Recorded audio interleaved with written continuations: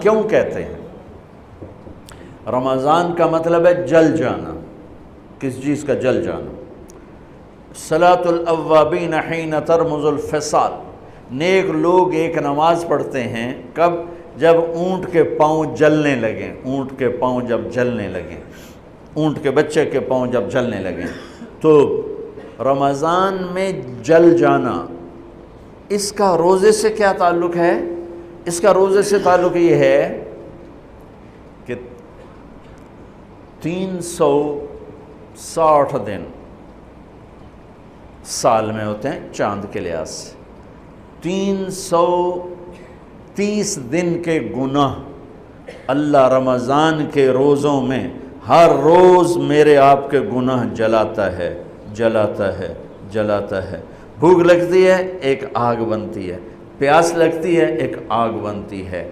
تو ہمارے لکڑی کی آگ میں چیزیں جلتی ہیں اور ہماری بھوک، روزے کی بھوک کی آگ میں گناہ جلتے ہیں. اور 29ویں روزے اللہ سارے سال کے گناہوں کو جلا کے روزہ والا یا روزے والی کو ایسے پاک کر دیتا ہے جیسے آج ماں کے پیٹ سے نکلا ہو. ایسے ان کو خوبصورت کر دیتا ہے. حج کا مہینہ آیا، اعمال اسی طرح ہیں جیسے ہوتے ہیں. رمضان کا مہینہ آیا تو میرے نبی کا اعلان ہو گیا، ایک فرض 70 فرض کے برابر ہو جاتا ہے. کمال. نفل فرض کے برابر. فرض اور نفل میں فرق کیا ہے؟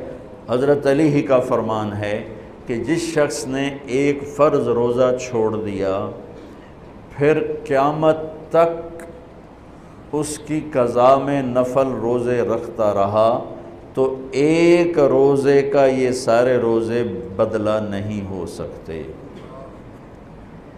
ایک نماز چھوڑ دی اور پھر اس کی قضا میں قیامت تک نفل پڑھتا رہا تو فرض نماز کی ایک رکعت کے ایک سجدے کے برابر بھی نہیں ہے. فرض میں اتنی طاقت ہے. تو اللہ کی رحمت کیسے متوجہ ہوتی ہے کہ رمضان کے مہینے میں اللہ فرماتے ہیں میرے محبوب کی امت ہے، ایک فرض کو 70 کے برابر کر دو. اور پھر فرماتے ہیں نفل کو فرضوں کے برابر کر دو. اور پھر فرماتے ہیں جو رات کو تراویح پڑھے گا، دن میں روزہ رکھے گا، آخری رات اسے ایسے دھو کے پاک کر دوں گا کہ اس کے ذمے گناہ کا ایک ذرہ بھی باقی نہیں بچے گا. سب گناہ اللہ تعالیٰ اس کے معاف فرما دے گا. اور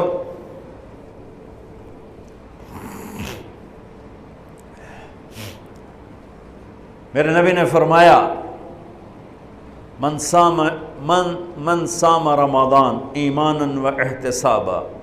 دوسری بھی من قام رمضان ایمانا و احتسابا. جس نے روزہ رکھا اللہ کی رضا کے لیے، جس نے تراویح پڑھی اللہ کی رضا کے لیے، اس کے پچھلی زندگی کے سارے گناہ اللہ معاف فرما دیتا ہے.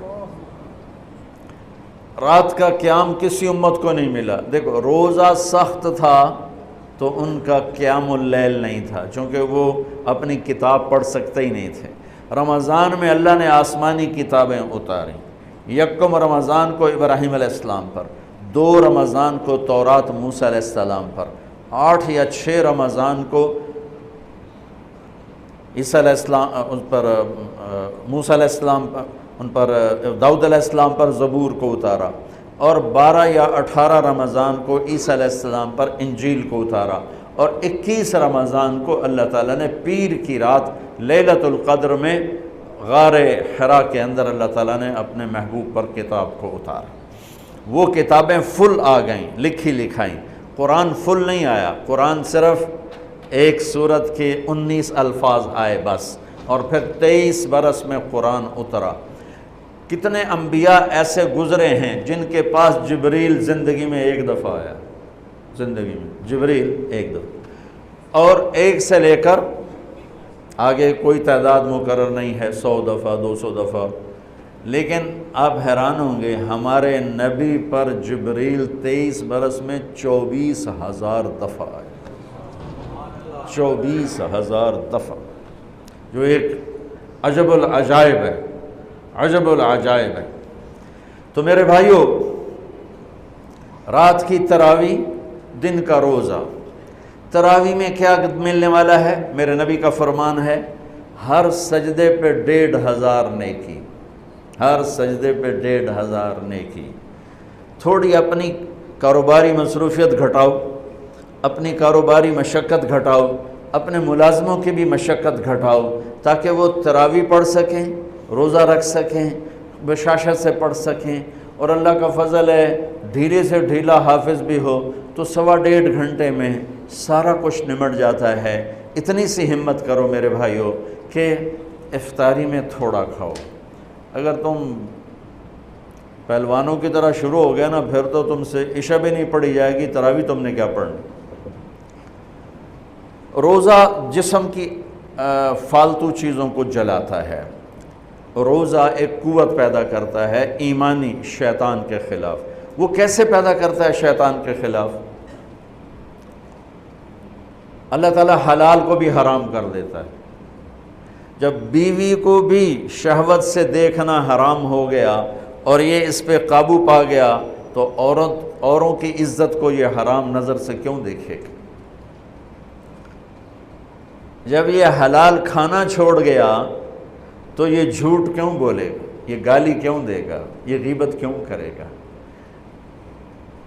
جب یہ کان میں دوائی ڈالنا چھوڑ گیا کہ روزہ ٹوٹ جاتا ہے تو یہ اوروں کی غیبت کیوں سنے گا، اوروں کی برائی کیوں سنے گا؟ جب یہ آنکھ میں دوائی نہیں ڈالتا ہے کہ وہ حلق میں جاتی ہے، وہاں سے وہ پیٹ میں چلی جاتی ہے، روزہ ٹوٹ جاتا ہے، تو یہ ان آنکھوں سے غلط کیوں دیکھے گا؟ یہ غلط کیوں کسی کی عزت کے اوپر اپنی بددیانت نظر کو ڈالے گا؟ تو جب یہ اندھیرے میں بند کمرے میں ٹھنڈا پانی پڑا ہوا ہے اور ہاتھ نہیں لگاتا ہے اور اللہ کا دھیان اسے یاد ہوتا ہے کہ اللہ دیکھ رہا ہے، نہاتے ہوئے ہونٹ بند کر لیتا ہے کہ کوئی پانی کا قطرہ منہ میں نہ چلا جائے اور میرا روزہ نہ ٹوٹ جائے، خراب نہ ہو جائے، تو یہ جب اللہ کا اتنا دھیان اس کو نصیب ہو جاتا ہے کہ اللہ دیکھ رہا ہے، ورنہ کیا کسی کو کیا خبر کہ میں 2 گلاس پانی پیتا یا میں پیاس سے بول رہا ہوں۔ تو جب وہ اللہ کو اتنا اپنے دھیان میں لے آتا ہے کہ اللہ دیکھ رہا ہے، میں پانی نہیں پیوں گا، اللہ دیکھ رہا ہے، میں بیوی کو ہاتھ نہیں لگاؤں گا، اللہ دیکھ رہا ہے، میں کسی کی عزت پر بری نظر نہیں ڈالوں گا، اللہ دیکھ رہا ہے، میں کسی کی برائی نہیں سنوں گا، اللہ دیکھ رہا ہے، میں کسی کی برائی نہیں کروں گا، تو پھر جب یہ بازار میں جائے گا تو جھوٹ تو نہیں بولے گا، جب یہ تولے گا تو غلط تو نہیں تولے گا۔ ہاں یہ الگ بات ہے، بہت سے مجھے ملے کہ جب رمضان میں جھوٹ چھوڑ دیتے ہیں، اس کے بعد پھر شروع ہو جاوی تھا رمضان میں رشوت نہیں لیتا ہوں، اس کے بعد پھر شروع ہو جاتا ہے۔ تو چلو شکر ہے 1 مہینہ تو مسلمان رہتے ہیں۔ اچھا اس کی وجہ کیا ہے کہ رشوت خور کہتا ہے جی رمضان میں نہیں، جی نہیں، رمضان میں جھوٹ نہیں بولنا، رمضان میں صحیح تولنا ہے، رمضان میں غلط نہیں تولنا ہے۔ کیوں؟ شیطان قید ہو جاتا ہے۔ رمضان میں نمازی کیوں بڑھ جاتے ہیں؟ شیطان قید ہو جاتا ہے۔ کسی امت کو یہ نہیں ملا کہ رمضان میں شیطان قید کیے جائیں، اس امت کو ملا رمضان میں شیطان قید ہو جاتے ہیں۔ کسی امت کو یہ نہیں ملا کہ رمضان میں جہنم کے دروازے بند ہو جائیں، اس امت کو ملا ہے رمضان میں جہنم کے دروازے بند ہو جاتے ہیں، جنت کے دروازے کھل جاتے ہیں۔ کسی امت کو یہ نہیں ملا کہ ان کے لیے ہر مخلوق دعا کرے، رمضان کے مہینے میں اس امت کو یہ ملا ہے کہ ان کے روزہ رکھنے والوں کے لیے چونٹیاں بھی دعا کرتی، پرندے بھی دعا کرتے ہیں، مچھلیاں بھی دعا کرتی ہیں، ہوائیں دعا کرتی ہیں، ہر شے دعا کرتی ہے روزہ رکھنے والے کی، اس امت کو ملا۔ کسی امت کو یہ نہیں ملا کہ آخری رات ان کی سب کی بخشش ہو جائے، اس امت کو ملا ہے کہ رمضان کی آخری رات سب کی بخشش ہو جاتی۔